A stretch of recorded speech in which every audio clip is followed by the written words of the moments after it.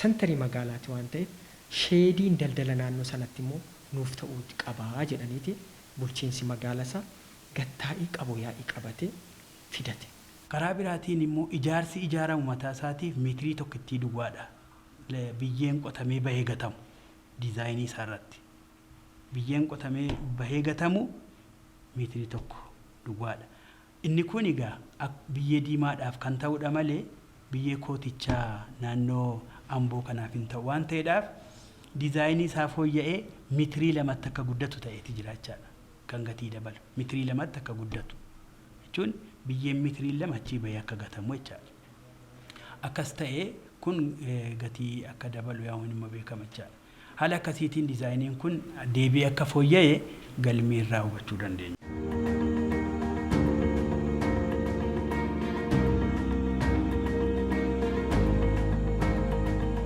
Gaafa ijaarsuma tokko ijaartu saayitii warqina achi keessatti hammatama miti. Ijaarsi manaa achi keessatti hammatama miti. Isaan kana dabalateeti miliyoona 50 dura jenne walii galtee keessa kan jiru 50.8. Miliyoona 40.9 kan jennu immoo hojiiwwan dabalataa sadarkaa dura jiru itti dabalame.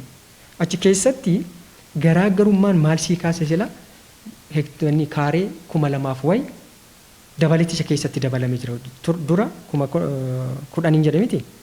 Yeroo immoo isa sanatti geeddaramu immoo gara 2000 immoo itti dabalame iyyuu jira.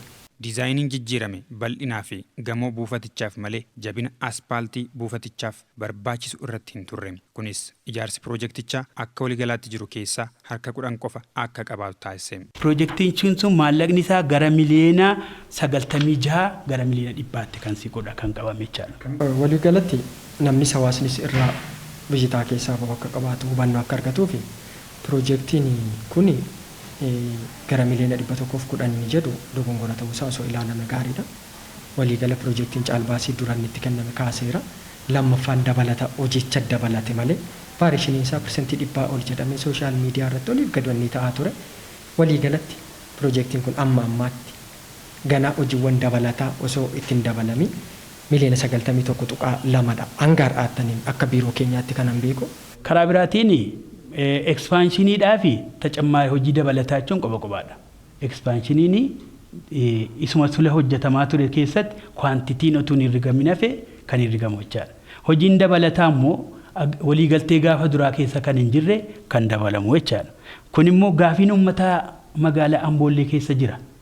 Waa'ee bal'ina isaa irratti, waa'ee fooqii isaa irratti odeeffannoo isaa yeroo qorannee jennu jechaadha. Kanarraa kan ka'edha kan dabalame. Ani isarratti rakkoodha jedheen fudhadha. Teestii waan hin taaneef qulqullinni isaa waan ilaalamne miliyoonni 42 inni gaafate kaffalamuu qabu jennee dhaabbatee jiru. Isuma kana keessa % 71 kan kaffalame. Miliyoona 80,200 fi 7,000 kaffalleerra. Kun atus argiteetta dookumentii kaffaltiisaa jechaadha. Kun immoo kan inni kaffalame waxabajjii 14 2011 jechaadha. Miliyoona 120 ta'uu danda'a jechaadha kaa. An dabalata wajjiniin kanan beeku tootaal piroojektiin ani beeku. Miliyoona 91 fi dabalata wajjiniin walitti hidhachuu dandeessa. Miliyoona 91 qabadhu 263 613.53dha. Dabalata hojii sanas waliigaltee duraatiin walitti piroojektiin kun. Of course amma xiyyeeffannoon illee kan kennamaa ture gamoo irratti. Amma piroojektiin kun innaa jalqabamu kan miliyoona 40 wayiiti. Garuu innaa xumuramu gara miliyoona 90 ol ta'ee jira. Kun illee fedhii naannoo sana istaandaardii magaala sana akka guutuu danda'u giraawundi qofa ture. Garuu wanti kun immoo beezimentis akka dabalu darbiillee akka dabalu taasifamee jira jechuudha. Kaffaltiin asfaaltii miliyoona 10 akka odeeffannoo hin qabutti. Reeshoon asfaaltichaa miliyoona 10. Miliyoonni 80 suni ijaarsa mana sanaati. Sheedii mana sana keessa jirudha. G+ waanicha achi jiru keessatti yoo argiteetta ta'e manicha naanna'ee kan jiru hundasaa dallaa sana dabalatee waliigala Ambootti buufata konkolaataa Amboof ijaaruu danda'u baajenni kun. Bajeta waliigalaa buufata konkolaataa Amboo ijaaruuf qabame birrii miliyoona 91.2 keessa aspaalticha ijaarsisuuf kan oolu birrii miliyoona 10 qofaam. Haa ta'u malee abbaan taayitaa geejjibaa Oromiyaa kaffaltii dabalataa waliin piroojektichi waliigalaa birrii miliyoona 120 akka xumuramu ibseera. Kana keessa birrii miiliyoona 80 kaffalamuu isaa yoo ibsu gorsaa pirojektichaa kan ta'e biiroon misooma magaalaaf manneen Oromiyaa baasii dabalataa waliin pirojektichi birrii miiliyoona 91 akka ta'e ibsa. Kana keessa miiliyoonni 42 akka hin kaffalamne kaa'ame. Garaagarummaa birrii pirojektichaaf qabame biiroowwan lamaan gidduu jiru sababa harkifannaa pirojektichaatiin baasii dabalataa mudate akka ta'es ibsama. Kanas ta'ee sana pirojekticha keessa kan xiyyeeffannoo hin argannee fi fooyya'insi diizaayinii kan hin taasifamneef jechuunis haalli qabatamaa biyyee magaalaa Amboo ilaalcha keessa galee jijjiiramni godhame jiraachuu dhabuun isaa sababoota caccabuu aspaaltichaa keessaa akka qabxii tokkootti fudhatamuu danda'a.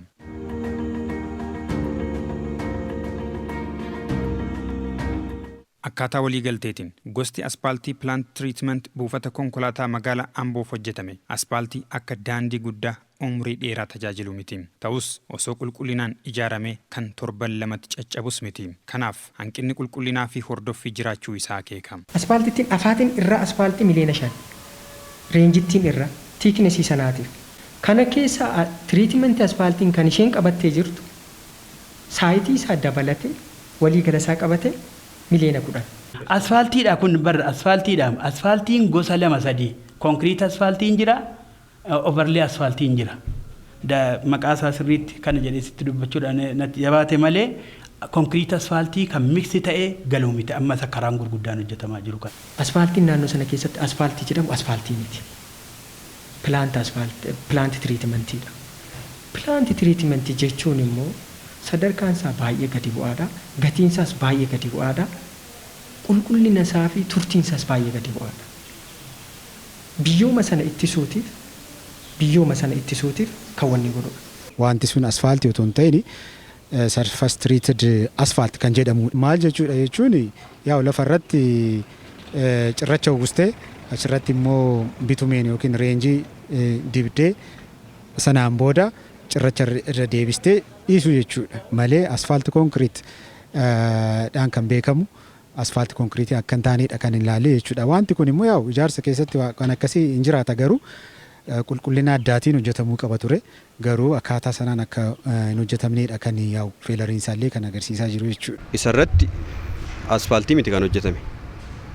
Amma miidiyaa hawaasaarraa sin arginaa yaadummanni kaasu sin argina akka waan asfaaltiin buufata konkolaataa bulchiinsa magaalaa Amboo hojjetame torban tokko diigameettidha. Asfaaltii guutuu soo ta'uu baate lafti jalaa dhiitamee sirriitti ol dhufeeti godhama malee asfaaltii guutuu fi asfaaltii guutuu miti kan jedhu dhoqqee irratti waan dibsiisu natti hin fakkaatu. Surface treatment kan jedhani waan akkasiidhu afaan ogummaatiin kuni hojiinsaa baay'ee rakkoodha. Rakkoo kana uummanni keenya samane abbaan badii abbaa qaba. Abbaa sana immoo mootummaanis xiyyeeffatee akkamitti akkatti deemu qaama olii dhimma kana hoogganu faana waliin mari'annee jira. Dhaataan deebiin akkamitti uummataa kennama daddafee kan jedhu fuuldurumatti waan laalluu qabna. Ijaarsa sanarratti dogongorri tokko illee hin jiru kwaalitii rakkoo hin qabu. Ijaarsi naannoo 90% ijaarsicha qabatee jira miti. Asfaaltittiin naannoo sana keessatti tiriitimentittiin immoo persentii xiqqoo qabateera jira miti. Amma waa'ee xiqqoon sunii sirriidha jechaa jirra miti. Kanaafi maallaqni isaa gad bu'uun isaa maalii fi kan jedhamu deebisuun agriimentii waliigaltee kontiraata bara sanaati. Malee amma wanti jijjiiramu hin jiraatu jechuudha. Waajjirri konistirakshinii magaalaa Amboo fi abbaan taayitaa geejjibaa magaalaa Amboo ijaarsi aspaaltii buufatichaa hanqina qabaachuu isaa dubbannus qaamni yaada keenya fudhatu hin turre jechuun OBN itti himan. Na dura warri turanis mormii guddaa kaasaa akka turan adeemsi tokko rakkoo akka qabu yeroo dhufnes immoo gaaffii akka nuti ta'e maal jechuudha maaltu hojjetamaa jira maaltu deemaa jira ganna darbee amma gannadha kan inni hojjetame wantichi itoo bokkaan roobuudha jallisaa wal qabatee xuuxxatee miti kan irra nam'e rakkoon kun uumamuu akka danda'u kaasaa turre jechuudha. Dafee haa xumuramuu baay'ee harkifate kan jedhuun dhiibbaan gubbaadhaas jira rakkoo qabaa jechaa turre jechuudha. Wanti hojjetame sun dhuguma waanuma ji'a tokkotti diigamudha. Inuma diigamas amaluma isaan magaalaan Amboo biyyoo gurraachadha. Biyyoon gurraachi immoo waan ammarra hojjetame sanaan hin ta'u. Hordoffii gaggeessaa ture. Gaaffii dhiyeessaa ture. Hojjettoota abbaa taayitaa geejjibaa Oromiyaa magaalaa Amboo taanee hooggansa taanee hordofaa ilaalaa dhimmi kun maalidha gaafa jedhamu waan nutti kennamedha. Diizaayinii irra jira. Nuun jedhameetu nutti himamaa ture jechaadha. deemee akkana ta'atti yoo namni beekee hin jiru gaafa jaallalan bareedaadha gaafa lafa gaamee immoo lafarratti ilaalamu immoo wanti suni waan amma uummanni komii kaasaa jirudha waan ta'eef nuti dhaqnee maaliif akkanatti hojjetama reeshoon isaa sirriidha wanti lafarratti hojjetame kun sirriidha specification isaa sirriidha design isaa sirriidha ijattiin jennee sirrii miti jechuun dandeenyu hin jiru. Badaa namni nu dhaga'u hin jiru yaa akkuma nama yaada laatutti yaada kennita malee yaadni ati kennitu yaada murteef ta'u miti gaheen keenya mana miti yaateef waliigaltee keessatti itti dhiyeenyaan hordofuu kan qabu tarkaanfii fudhachuu kan qabu abbaan piroojeektii jira gorsaan jira isaaniif yaada laachuu irra darbee gahee murteessummaa keenyatu mana miti jechuu barbaadeen akka bulchiinsa magaalaatti. Asii ogeessi tokko bakka bu'ee kan hordofaa ture jira. Maali dubbiin kun jenneen gaafannu nu harkaan fuudhanii abbaan waan kana irratti murteessu ogeessi misooma magaalaa Oromiyaa irra jira waan jedhameef isa kanadha. Waliigalaan piroojeektii kana kan hojjetame bareedina isaa akkatti inni ilaaltu bareeda. Keessa isaa akkamitti akka hojjetame waan nama gaddisiisu gocha godhamuu hin qabne ogeessi kan hojjetes kontiraaktarri kan hojjetes ogeessi kan hordofaa tures akka uummataatti ija uummataatti baay'ee waan nama gaddisiisudha. Kun dhaawataan hordoffiis hin godhama sirreeffamnis hin godhama akka mootummaatti qaamolee faana dubbachaadha kan jiru. Aspaaltiin buufata konkolaataa guutummaan guutuutti kan caccabe yoo ta'u turtiin booda biyyoon isaa ol ba'ee dhoqqaa'ee tajaajila kennuuf sadarkaa. Piroojeektiin guutumaa guutuutti otoo hin ta'in asfaaltiin isaa already fail godheera jechuudha. Totaalii fail godheera jechuun hin danda'amu. Kanaaf wanti kun akkamitti ta'uu danda'e kan jedhu qorannoo akka barbaachisu asitti dhufneetumu irratti mari'annee. Hundi isaa miidhameera. Kun ji'a tokko etoo bokkaan immoo kanaan booda amma yeroon isaa yeroo bokkaati. Bokkaan yeroo roobu kanaan booda immoo etoo dhuftanii ji'a tokko booda agartanii bokkaan roobee immoo agartu. Kun wadaroo nu barbaachisaa jechaadha wal harkisuudha booda. Maaliif koosiidha? Kun gamarra koosii agartu sanarra kaa'anii jechaadha dhagaa kana.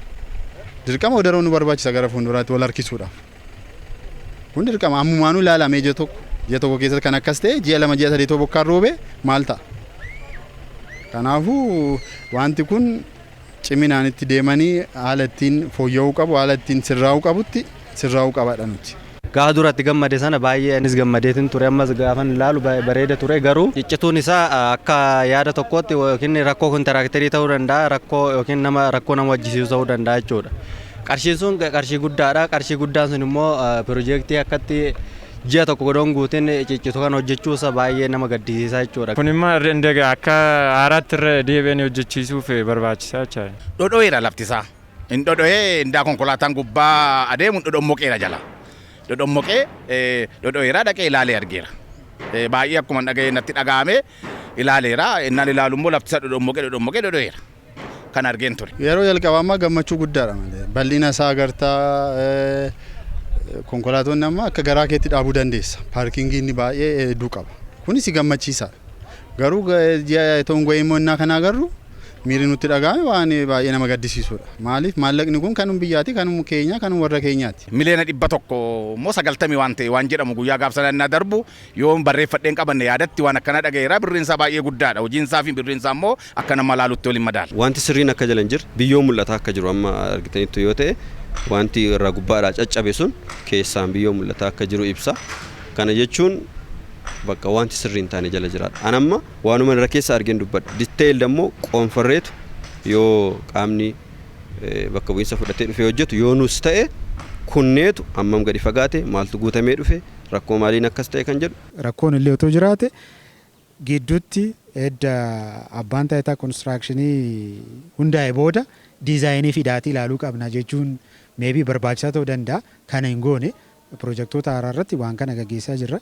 Garuu kan isa ture irratti xiyyeeffannoon kan kennaa turre akka xumuramu kan gochaa turre yaa'u fedhiinis waan bal'aa waan ta'eef akkaataa sanaan itti deemaa turre malee rakkoon nu bira jira jennee yaadnu jechuudha. Daandii kiiloomeetira 60 ijaarrachuurra kiiloomeetira 6 qulqullina qabu ijaarrachuu wayya. Maaliitiif amma kan isaanii kan waggoota 300 dura turantu irra tajaajilaa jira. Al tokko yoo ol kaawwatte yoo ijaarratte kaawwatte waggaa dheeraaf si tajaajilaa jechuudha. Asitti wantoota agartu garuu har'a ijaaramee eebbifamaa ji'a osoo hin gahin waggaa 2 waggaa 3 osoo hin gahin birrii nama kanaa miliyoona meeqa lakkaa'amu itti bada. Hojiin buufatichaa sadarkaadhaan wal jalaa hojjetamaa kan ture yoo ta'u, ogeessi dhaabbiidhaan hordofu kan biiroon misooma magaalaaf manneenii Oromiyaa ramade gahumsa qulqullinaa inni mirkaneessuun kaffaltiin raawwatamaa tureera. Haa ta'u malee gabaasni sadarkaa ta'e irratti hanqinni qulqullinaa jira jedhu abbaa taayitaa geejjibaa Oromiyaatiif kan hin geenye ta'uun piroojeektichi akkaataa waliigalteetiin akka raawwatamaa turetti akka fudhatamu taasiseera. Inni saayit injineeriin misooma magaalaa manneenii sun jechaadha. Inni approve godhu malee inni approve waan hojjetamu steeppii hojjetamu hundaan waan amma komee dhiyyataa turre maal ta'aa turre jedhamu kana inninis yoo hin mirkaneessine gonkumaayyuu isatti aanutti hin dabarfatamu hojiin. Boolloon yeroo qotamu gaheera qotame. Yeroo biyyeen kan biraatti nammee tumamu tumaatiin isaa sirriidha wal qabateera isa kaanitti itti fufi jedhamee yoo isa kaanitti darbiin jedhamne ittiin dabarfatamu. Kan ammoo dookumentiidhaan hordofama jechaadha misooma magaalaa manneenii. Namichi kana godheef immoo ogeessi achi taa'ee guyyaa guyyaatti achi taa'ee hojjetaa jirus immoo tarkaanfii seeraatiin deeggaramee kan deemuu qabaatu qaba. Nutis mataa keenyaaf ogeessa qabna. Ogeessi nu qabnu kuni jaraa wajjiniin harka ijaaf gurra mana kanaa ta'ee innis achi taa'ee hordofaa jechaadha. Hojii kana immoo kan hojjechiisaa jiru namoota kanaan baratan ittiin waggaa dheeraa hojjetan jalqabaa kaasee hamma xumuraatti hojii isaa beekan hundeerraa kaasee immoo ijaarsa isaa hordofaa turantu kuni akkamitti kun akka ta'e beekuu isaana ture jechaadha. Kwaalitiin ijaarsaa irratti rakkoo jira kan jedhu hanga ammaatti hin dhageenye. Kanaaf iyyuu dhanuuyyuu gaafatamuu qabu jennee inni mana kanaas warri sunis maaliifi iddoo tokko irratti hanqinni jira waan ta'edha. Piroojeektiin kun yeroo dheeraadhaaf harkifatee waan tureef rakkoon isaa maalidha? Iddoo sanatti gorsaan gahumsa kan qabu hordofaa jira kan jedhu ilaalaa turre. Kun illee turre kun akka sirreeffamu taasisnee jira fakkeenyaaf jechuudha. Humna guutuutiin kontiraaktarri hojjechaa jira akkaataa waliigalteetiin hojjechaa jira kan jedhu isas ilaalle qulqullinni isaa eegamaa jira kan jedhu inspeektu goona malee dabarreetu piroojeektii hunduu naannoo keenya keessatti kan gaggeeffamaa jiru akka konsaltaantii hordofaa jiru jechuudha. Abbaan taayitaa konistirakshinii Oromiyaa gama isaatiin hordoffii taasifamu irratti sirreeffamni akka kennamuuf gahee koo baheera jedhus bu'aan xumuraa mul'ate rakkoon sirreeffame akka hin jirre mul'isa. Aspaaltiin buufatichaa waggaa 3 hanga waggaa 5 tajaajiluu qabu ji'a tokko osoo hin guutin yoo cabu golli kontiraaktaraa fi qaamolee hojjechiisan akkasumas gorsan irra deebiin akka sakatta'amu kallattii akeekeera.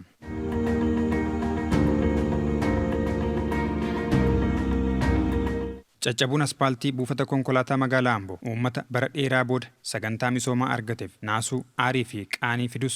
Waajirri keenya rakkoo uumame sana deebii atattamaa kenne gaafa jennu hojjetame lafattatu arginedha.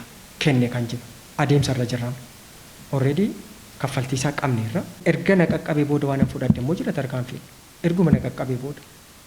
Tiriitimenti aspaaltiin kun rakkoodha qaba waan ta'eef maal goone? Teestii ta'uu qaba. Maateraan teestii ta'uu qaba.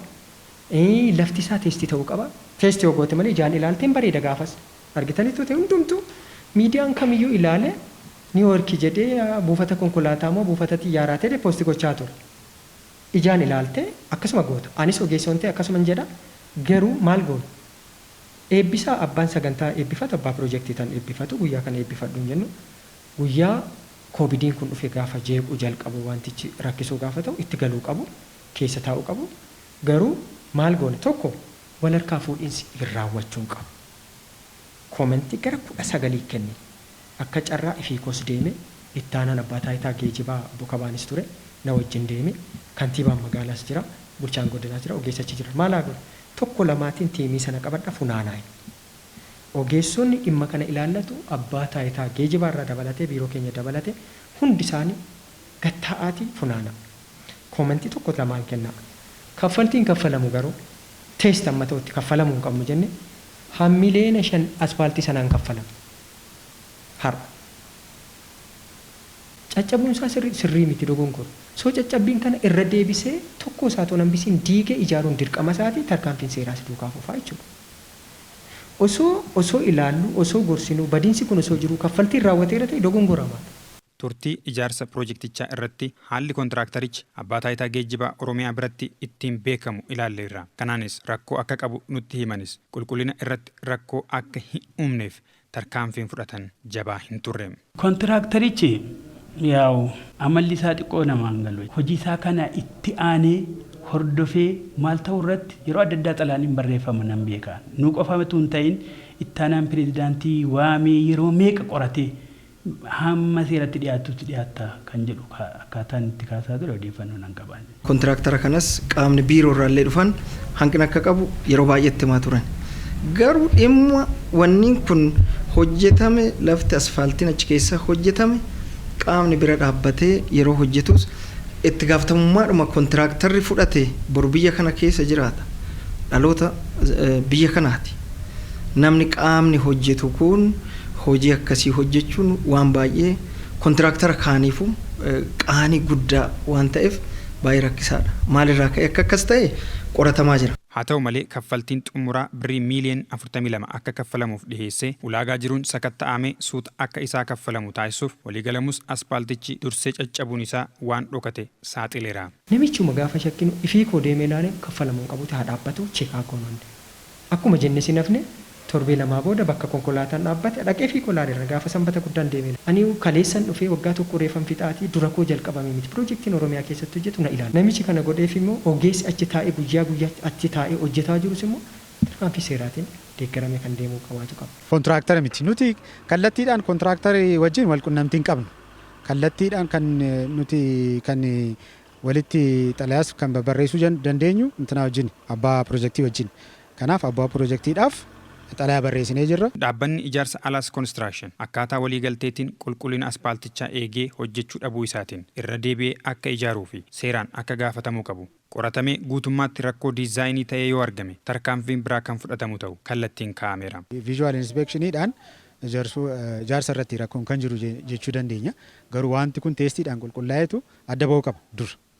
Sanaan booda immoo rakkoo ijaarsa totoo argame kontiraaktarri baasii ofii isaatiin hin sirreessa jechuudha waan kana. Rakkoo diizaayiniitiin taanaan immoo akkaatuma sanaan diizaayiniin kun jijjiiramee furmaata argachuu qabaadha. Deebisee namichumtu kun ammoo tuun nan hojjedha jedhee tuma nan ijaaja jedhee kan biraa baasii dabalataa saba gaafachisa. Maaliif qofforee lafa sana deebisee qofforee leevelingii isaa hojjechuudhaaf dirqama lafa sanarraa kaasuu qaba. Qulqullina sadarkaa isaa eeggate jechuudhaaf baasii amma duraan baasii calaallee baasuu danda'a. Inni mumtilee mataan isaa jechuudha. Kanaatiif eenyumaaf iyyuu faayidaa tokkollee osoo hin kennine birriin kun birri nama kanaa ga'u kun kan dhangala'ee jechuudha. Kanaaf gama dinagdeetiin inni buufata konkolaataa magaalaa Amboo akka fakkeenyaatti kaastan maleessa bal'inaan wantoonni ati argitu piroojeektiiwwan karaa mootummaa kennaman karaa abbaa qabeenyaa hojjetaman hundi isaanii waan yeroo gabaabaati. Kun immoo daandii guddinaati miti. Qaamni kana yakka irratti uume itti gaafatamuu qaban jedhaan. Dhiifamoo otoo hin taane itti gaafatamuu qaba. Maaliif sababiinsaa qabeenya tajjiratti badee, qabeenya uummataa badee, qabeenya magaalaa keenyaa badee sammuu namaatiif iyyuu leeyyoo guddaa qaba waan ta'eef qaamni kana yakke, qaamni kana balleesse itti gaafatamuu qaba. Lafti kun karaa gochaa jiraachuusa abbaa taayitaa geejjibaa magaalaa Ambootu odeeffannoo sanaati. Waliigalteen kun hin xumuramne ganaadha. Piroojeektiin illee waraarka fudhiinsaan gaggeeffamne garuu waraarka fudhiinsa gaggeessuuf nu hirmaachisanii turani. Ogeessi keenya waan kana ilaaleetu waan kana wanti guutamuu qabu otoo hin guutamiin waraarka fudhiinsa gaggeeffamuu hin qabu jedheetu xalayaadhaan isaaniif barreessee jira jechuudha abbaa piroojeektiidhaaf. Caccabuun isaa sirrii miti dogongoru. Soo caccabbiin kana irra deebisee tokko isaa toon hambisiin diigee ijaaruun dirqama isaati tarkaanfiin seeraas duukaa fufaa jechuudha. Daandii fuulduratti piroojeektii hojjechuudha qabu gad fageessee ilaaluu qabaan jedha. Ilaalee hubatee itti deemuu qaba. Waan harkaayyuu sarkabuu qabu malee kana. Walirraa fuuchuu jechuun kontiraaktarii argame warri ijaarsise argamanii tokko lama jedhanii walirraa fuuchuu jechuudha. Kana hin gooru calmanneetuma jalqabsiifne jenneeti kana sanatti kan deemame jechaadha yeroo darbe. Riiskii fudhateetu kana diizaayin gochuunsa meebii qorannoodhaan ilaalamee sirreeffamni irratti taasifamuu qabaadha. Kun nuti kan reekoomendii goonu akchuwaali asfaalt konkiriit otoo ta'edha. Garaagarummaan isaallee baay'ee guddaa miti. Intinaansaa eeriyaansaa baay'ee xiqqaa waan ta'eef jechuudha. Piroojeektichi asfaaltittiin suni ji'a tokko keessatti caccabuunsa dogongoradha. Kun immoo baajinni isaas akka hin baane hubatame baajata sanaatiin deebisamee haala inni sirrachuu danda'uu fi qaama dogongora kana uume immoo tarkaanfiin fudhatamee uummataaf ifa kan ta'uusaa kaasuun barbaada jechuudha. OBN yaada kontiraaktarichaa keessummeessuuf irra deddeebiin yaalus argachuu hin dandeenye. hojii qaanessaa kana keessaa qaamoleen harka qaban seeraan akka gaafataman uummata rakkoo mudateen gadde kiisuufis yeroo gabaabaa keessatti qulqullina barbaadamuun kan ijaaramu ta'uu hoogganaa itti aanaa abbaa taayitaa geejjibaa Oromiyaa obbo Ahmed Abbaagissaa himaniiru. Seef ta'uu keenya irratti jechaadha. Maallaqni jira waan ta'eef hin ijaarraa isa jedhamu qofaa miti. Yeroon darbu mataa isaatii hamman ilaal guyyaa gaafa tajaajila jammaruutii kaasee amma ijaaramu jedhe torbii tokko 14 ji'a tokko kan fudhatu yoo ta'e yeroon kun mataa isaatiif maallaqa akkasitti ilaalla. Kana waan ta'eedhaaf ijaaramuun akkuma jirutti iddoo isaatti kan deebi'u ta'uu shakkii hin qabnu. Isa qofa miti baramuus hin qabu waan ta'eedhaaf itti fufuus hin qabu rakkoon akka kanaa waan ta'eedhaaf namni kana keessatti qooda fudhatee gaafatamummaa isaa haala barbaachisaa ta'een baatiin hafe gaafatamuu qaba kan jedhu immoo ejjennoo qabna. Mana kana keessaa yeroo malee kan kaffalames yoo jiraate abbaan itti gaafatamu jiraachuu qaba. Badiinsaa homaa waan nama gaafachiisuu hin qabu. Badii kana kan raawwate hin beekama. Yaa piroojeektiin kamuu iddoo tokko tokkotti kufaa maal ta'a? Kun immoo isa abaasaa ta'ee dafee mul'ate. Kanaaf qaamni ilaallatu deebii kennu kan itti gaafatamu immoo itti gaafatama. Tarkaanfiin seeraa fi sirreeffamaa fudhatamu akka jirtu ta'e dinagdeen biyyattii sababa hanqina qulqullina ijaarsa piroojektotaatiin duubatti harkifamaa akka jiru hayyoonni ni dubbatu. Deebiteetuma tokko jetta malee tokko lama sadii jechaan jiru dinagdeen biyya kana. Maaliif gara fuulduraatti kan deemu isa takkaa kaawwattee bu'uuraan kaawwattee aantee itti fufta. Malee irra deebitee san ijaartu. Kan biyya kanatti agartu garuu deebitee suma duraa ijaaru. Ammas suma duraa ijaaru. Daandii masa duraa deebitee ijaaru. Daandii masa duraa deebitee haaressu. Manuma masa duraa ijaaru. Dildila isa duraan hojjetame deebitee ijaaru malee kan waggaa irratti jiru tokko wanti lafa taa'ee hin jiru. Kana jechuun ijaarsa sana dinagdee duubatti deebisuu jechuudha. Achuma deddeebita malee gara fuulduraatti siqsuu hin dandeessu dinagdee biyya sanaa.